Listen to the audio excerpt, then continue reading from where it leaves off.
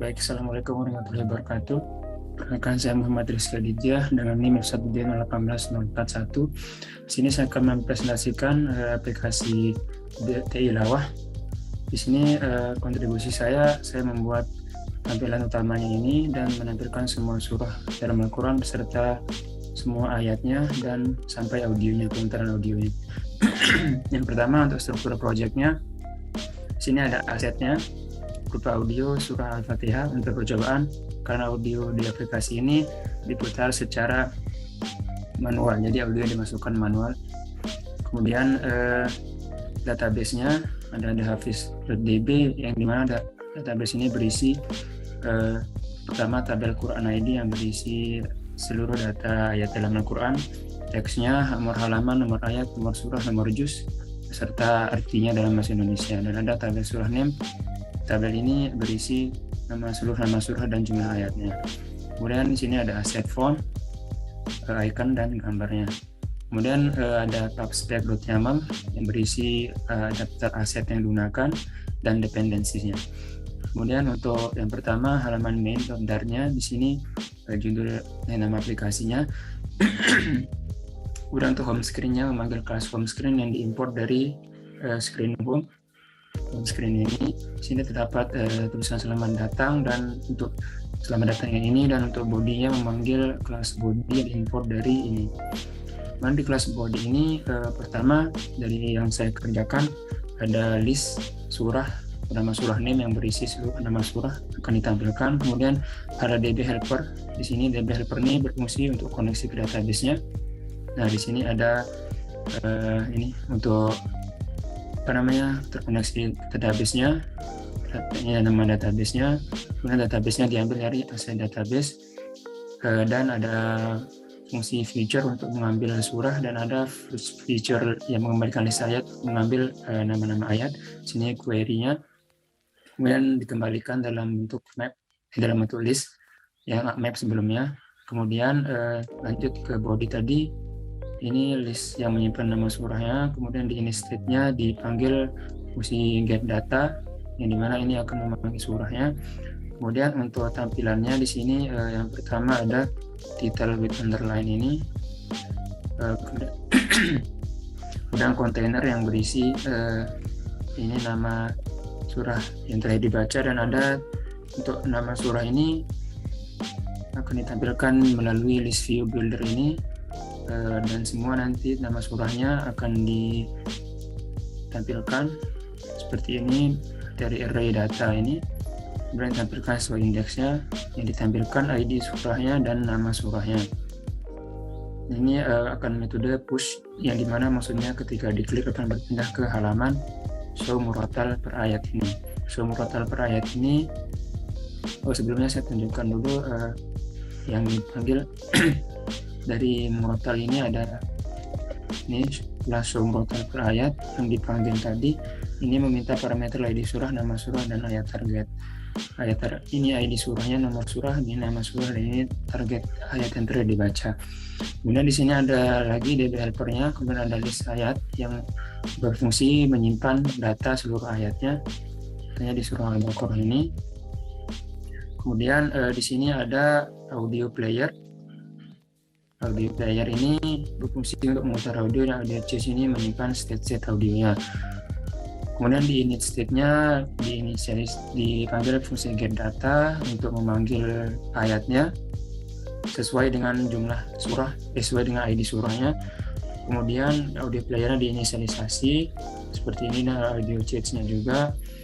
Kemudian untuk tampilannya di sini ada akbarnya, akbar, kemudian icon button untuk back ini.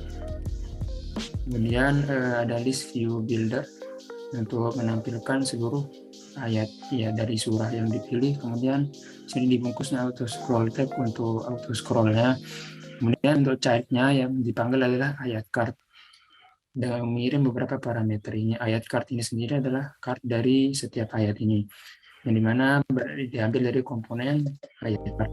Pada ayat card ini sendiri, yang pertama di sini ada parameter yang dibutuhkan, audio ID, ayatnya, teks ayatnya, artinya, nomor ayat, ID surah, dan audio player beserta nama surahnya. Kemudian di sini ada string ayat tadi dan nama surah, dan ada audio player tadi.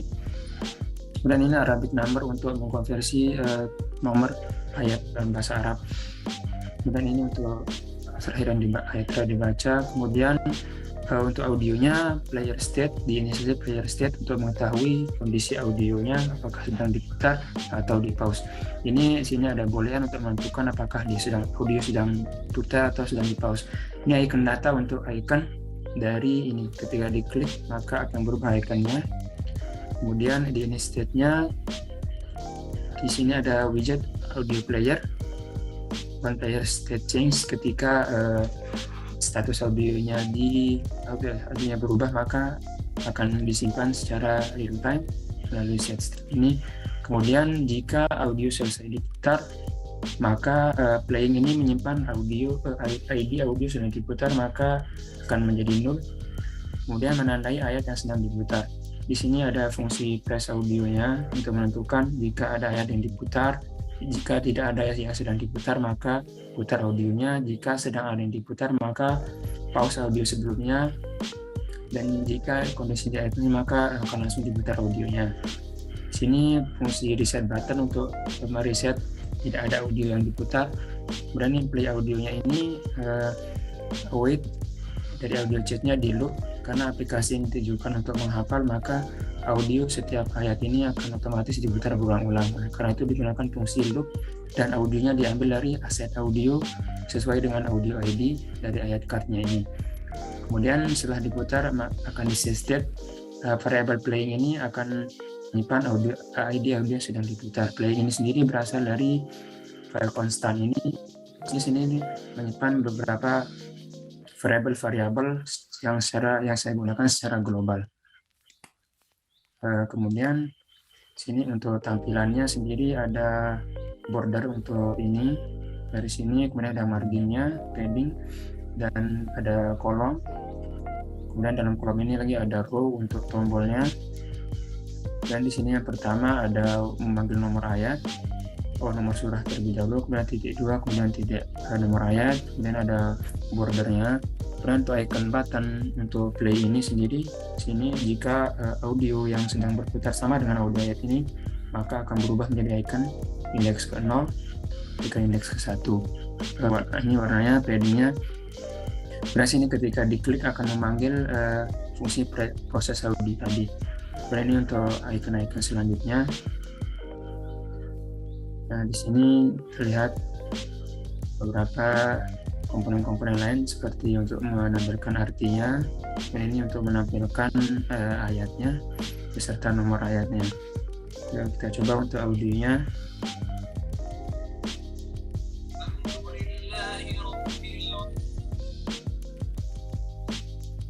Audionya akan terus berulang sampai diklik pause, dan kemudian jika ada audio lain yang diputar maka audio sebelumnya akan otomatis berhenti seperti itu. Dan ini untuk tampilan seluruh suratnya beserta nomor ayatnya. Selanjutnya akan dijelaskan oleh fitur selanjutnya akan dijelaskan oleh tim saya. Sekian dari saya. Mohon maaf jika ada kekurangan. Assalamualaikum warahmatullahi wabarakatuh. Oke, baiklah, di sini saya akan memberikan sedikit preview tentang bagaimana cara melakukan bagaimana fitur penanda ayat bekerja. Misalnya di sini sudah ada surah Al-Fatihah ayat 4 yang ditandai. Jadi kita mengklik ini dan kita langsung diarahkan ke surah Al-Fatihah ayat 4. Kita coba yang lain, misalnya Al-Baqarah. Ini ayat 10, misalnya kita tandai sebagai terakhir dibaca, yes. Nah, ini udah berubah Al-Baqarah ayat 10. Kita klik, kita ke Al-Baqarah ayat 10. Lalu kita kembali, misal kita tandai lagi, kita kembali. Oke, sudah berubah menjadi ayat 11. Mungkin sekian dari saya untuk demonya. Selanjutnya saya akan jelaskan bagaimana fitur ini bisa bekerja.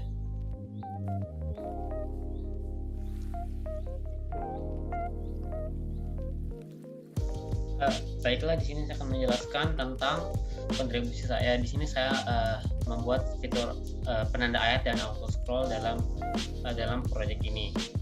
Nah, di sini yang pertama adalah kita harus user akan diberikan seperti yang kita udah lihat sebelumnya, ketika logo papan klip diklik maka akan menampilkan konfirmasi untuk menandai ayat atau tidak. Sini merupakan bagian tersebut. Sini ada konfirmasi tanda ayat sebagai ayat dibaca atau tidak.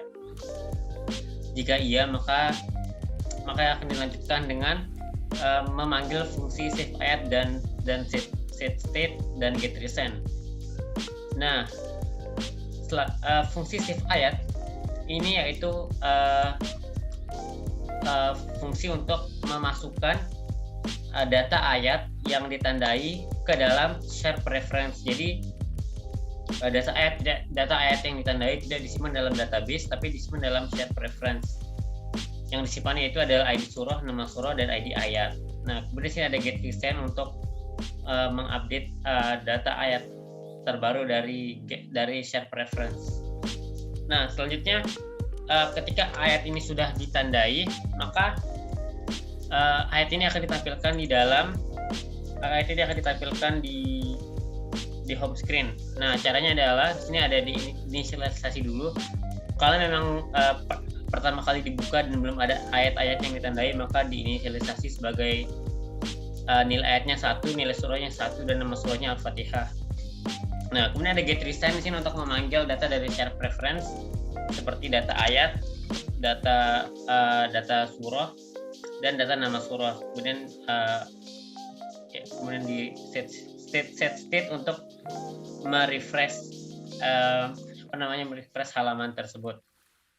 Nah, kemudian di bagian sini adalah seperti yang kita lihat tadi untuk memindahkan user ke ayat yang telah ditandai. Nah, di sini user akan dipindahkan ke halaman show murtal per ayat, akan dikirim yaitu ayat recent, surah recent, dan nama surahnya. Ini dengan parameter yang 3 ini. Coba kita lihat di show murtal per ayat.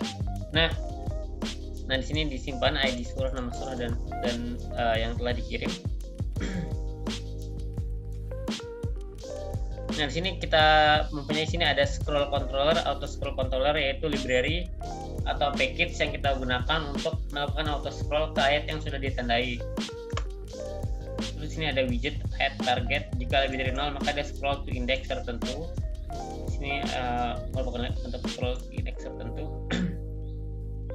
Nah, di sini auto scrollnya akan bekerja di sini. Jadi setiap ayat itu diberikan ID atau indeks. Nah, nanti ketika ayat tersebut ketika di home screen ayat tersebut diklik, maka user akan dipindahkan ke indeks tersebut berdasarkan menggunakan auto scroll seperti itu. Ini ada dibutuhkan key value key index, terus ini ada controller index. Nah, kemudian ditampilkanlah ayat pada indeks tersebut. Saya rasa sekian dari saya.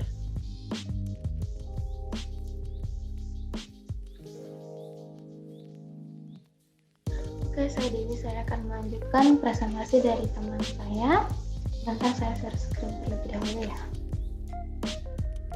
Oke, bisa dilihat di sini saya dapat bagian yang tafsir ayat. Nah, langsung aja kita mulai. Ini ada API, kemudian /repository.dart.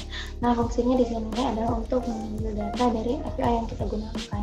Gimana cara kita mengambil data? Di sini kita mengaksesnya menggunakan linknya ya. Kemudian di sini ada satu fungsi yang berfungsi untuk mengambil data, itu get data, yang menggunakan asinkron. Jadi asinkron itu ketika dua proses sedang berjalan, maka proses pertama harus selesai terlebih dahulu, baru proses kedua dapat dijalankan. Nah, kita lanjut. Di sini ada model. Nah, untuk model ini dia sebenarnya berfungsi untuk menampung data yang kita dapatkan di repository tadi. Gitu. Nah, di sini dia itu ada form JSON yang fungsinya untuk mapping. Jadi apa aja sih yang di mapping dari data sebelumnya kita dapat? Kita ada surah ID, kemudian ayat ID, dan tafsir. Nah, ini kan sudah diinisialisasi terlebih dahulu.